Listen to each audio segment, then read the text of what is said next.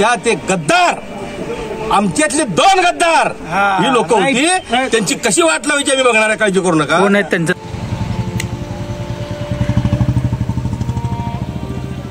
ज्या घरात जन्मलो, खेळलो, बागडलो, लहानाचे मोठे झालो, ज्या घराशी कायमच्या आपलेपणाच्या भावना गुंतलेल्या, ते स्वतःचे घर कर्जाचे हप्ते भरून सुद्धा बँक ऑफ महाराष्ट्र जुळे सोलापूर शाखेच्या संबंधित अधिकाऱ्यांनी परस्पर ऑनलाईन लिलावातून विकल्याचे कळताच जोरदार बसलेल्या मानसिक धक्क्यातून भूमिका हरीश वाघमारे वय 20 राहणार आदर्शनगर विडी घरकुल लक्ष्मीनारायण टॉकीजच्या मागे या दिव्यांग तरुणीचा काल बुधवारी 26 मार्च रोजी सायंकाळी 4:45 वाजता मृत्यू झाला असा आरोप करत मृत तरुणीच्या आई वडिलांसह नातेवाईकांनी मृतदेह जुळे सोलापूर परिसरातील दावत चौक येथील bank of Maharashtra twin city शाखेच्या कार्यालयापुढे नेऊन ठेवण्याची तयारी केली होती. दरम्यान संबंधित बँक अधिकाऱ्यांना याची कुणकुण लागताच त्यांनी तातडीने सूत्रे फिरवली, पोलिसांशी संपर्क केला. पुढच्या काही वेळातच MIDC आणि विजापूर नाका पोलीस ठाण्याच्या पोलिसांच्या गाड्या आदर्शनगर विडी घरकुल येथे पोहोचल्या. पोलिसांनी मृत भूमिका हिचे प्रेत बँकेसमोर ठेवण्यास नेण्यापूर्वीच नातेवाईकांचा अटकाव केला. या दरम्यान या ठिकाणी गोंधळाची परिस्थिती निर्माण झाली, तणाव वाढला. बँक अधिकाऱ्यांच्या मनमानी आणि छळवादाच्या कारभारामुळे भूमिकेचा जीव गेल्याचा आरोप यावेळी तिच्या आई वडिलांसह नातेवाईकांनी केला.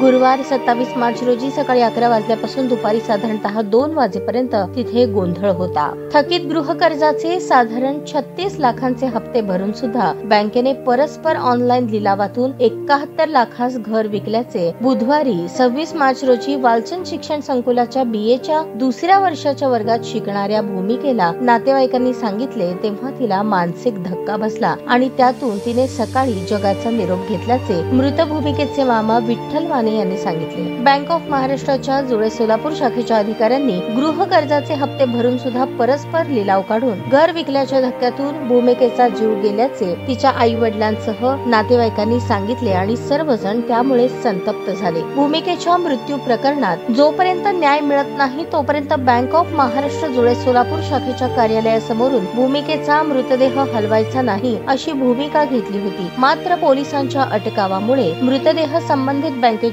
कार्यालयासमोर आणला गेला नाही. मृत भूमिका प्रकरणाच्या पार्श्वभूमीवर बँक ऑफ महाराष्ट्र जुळे सोलापूर शाखेची बाजू जाणून घेण्यासाठी बँक अधिकारी लक्ष्मण डांबरे यांनी त्यांच्या भ्रमणध्वनीवर संपर्क साधण्याचा प्रयत्न गुरुवारी रात्री उशिरापर्यंत केला, मात्र त्यांचा संपर्क झाला नाही. सुरुवातीला त्यांनी कॉल रिसीव्ह केला नाही आणि त्यानंतर काही वेळाने फोन बंद करून ठेवला. त्यामुळे या प्रकरणात बँकेची बाजू समजू शकली नाही. बँक ऑफ महाराष्ट्र जुळे सोलापूर शाखेने केलेल्या फसवणुकीने भूमिकेचा मृत्यू झाला असा आरोप शैलाबाई चंद्रकांत वाघमारे यांनी करत नातेवाईकांसह जिल्हाधिकारी यांची काल बुधवारी भेट घेतली होती. मृत भूमिकेचे मामा अमोल माने यांनी याबाबत सांगितले. घडलेल्या प्रकाराबद्दल माहिती घेऊन या प्रकरणी न्याय देण्याची विनंती केली. शिवाय गुरुवारी जिल्हाधिकाऱ्यांना निवेदन देऊन बँक अधिकारी लक्ष्मण डांबरे, संजय कुमार, सलीम जावेद यांच्या विरुद्ध फसवणुकीची तक्रार दाखल करून न्याय देण्याची मागणी निवेदनाद्वारे केली होती. घर विकण्याच्या प्रकरणात भूमिका या जगाशी निरोप घेऊन कायमची गेली तरी पण बँकेने गृह कर्जाची थकीत साधारण 70,000 रुपयाची रक्कम सोडली नाही. घराचा ताबा देताना राहिलेल्या कर्जाचे पैसे 3 दिवसात भरण्याची मुदत दिली होती. दरम्यान मृत भूमिकेच्या वडिलांनी ते गुरुवारीच भरून टाकल्याचे सांगण्यात आले.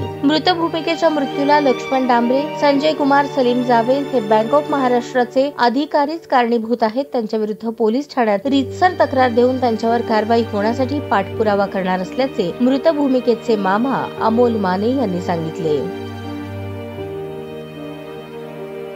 विठ्ठल माने आचेगाव. आता जी मयत झाली ती माझी नात आहे, माझ्या मुलीची मुलगी आहे. गेली 3 महिन्यापूर्वीपासून बँक ऑफ महाराष्ट्र शाखा जुळे सोलापूर या बँकेने 36,60,000 रुपयासाठी घर सील केलं आणि 3 महिन्यानंतर लिलाव काढला. लिलाव काढल्यानंतर मी पैसे भरले आणि 36 लाख रुपये आम्ही रोख तिथं भरले असताना फक्त 60,000 रुपये भरून आम्हाला NOC मागण्याची आमची इच्छा असताना त्यांनी परस्पर लिलाव पुकारला आणि आम्ही भरलेली 36 लाख रुपये रक्कम रिटर्न आमच्या अकाउंटला पाठवली आणि त्याला पोजेशन देण्यासंदर्भात संध्याकाळी पोजेशन घेण्यासंदर्भात आश्वासन दिलं होतं. पुढे काय झालं, मी रात्रभर सगळ्या गोष्टी आम्ही सगळ्यांनी मिळून आमच्या नातेवाईकांनी केल्या आणि सकाळी सावध मीडिया, पोलीस डिपार्टमेंट सगळ्या गोष्टींना मी सांगितलं, निवेदनं तयार केली आणि तिथं गेल्यानंतर मी एक आव्हान केलं की ही डेड बॉडी डायरेक्ट बँकेत जाईल.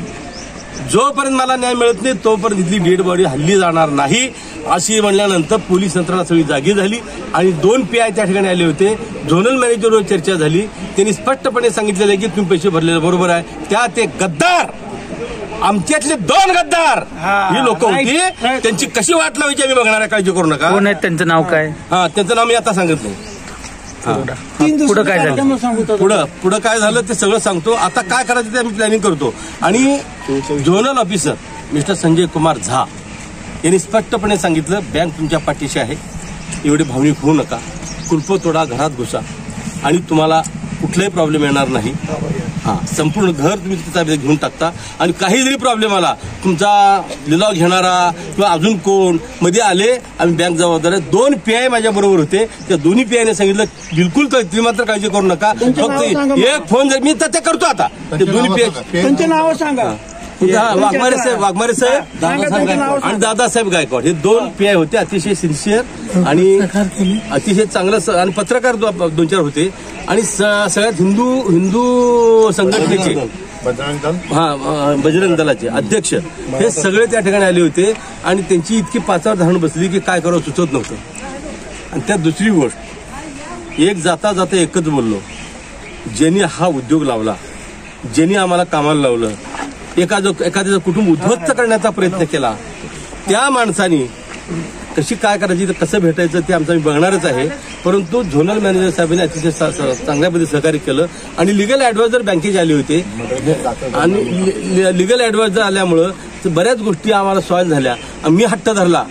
आत्ताच्या आत्ता 302 मर्डरची केस माझ्या मुलीचा ह्या माणसाने मर्डर केलाय, याला दाखल करा.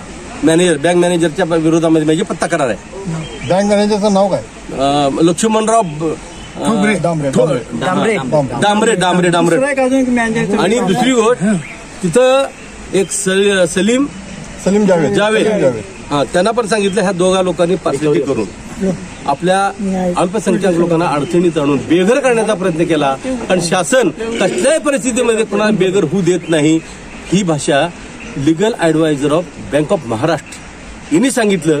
त्यामुळे त्याचे डोळे उघडले आणि त्यांनी स्पष्टपणे त्या बाईंनी मला बाजूला घेऊन सांगितलं. बळी चांगल्या पद्धतीने बोलला, तिथं आमचा बळवंत होता, त्यांनी कार करून टाकलं, 2 शब्दामध्ये कार करून टाकलं. आणि आपल्या रिझर्व्ह बँकेमध्ये काम करणारे आपल्या जवळच्या नातेवाईकच आहेत, मी नाव विसरलो, ते पण तिथं बरोबर त्यालाही कायदेशीर पॉईंट सांगितल्या. आणि खरोखर सर्वांचे आभार. थोडंसं अंत्यविधीला उशीर झाला पण एखाद्याला न्याय मिळाला. एकीचं बळ काय असते आज कळलंय. तेवढं लक्षात एकीचं एक लक्षात ठेवा, एकीचं बळ काय असते कळतंय. छत्रपती शिवाजी महाराज की. ताज्या बातम्या पाहण्यासाठी प्राईम महाराष्ट्र न्यूज चॅनलला सबस्क्राईब करा.